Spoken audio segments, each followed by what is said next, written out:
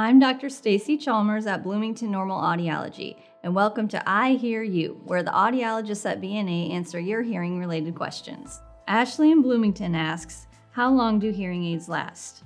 Well, that's a question we hear a lot.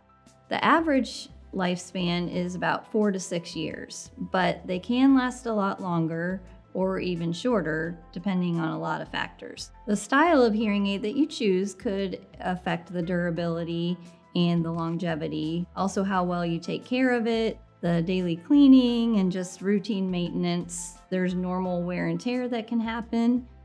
Some people who work outdoors, for example, are exposed to a lot of more dust, dirt, perspiration. It's important to consider your lifestyle and how rough you might be on the hearing aids when you're choosing the best style for you, and the audiologist can help you determine what should last the longest. So while hearing aids are a big investment, you can generally get at least 4 to 6 years from them. And we can help you choose a style that will work best for you and keep things working as long as possible. Hope that helps. If you have any more questions, let us know. I'm Dr. Stacy Chalmers at Bloomington-Normal Audiology, and we're here for you.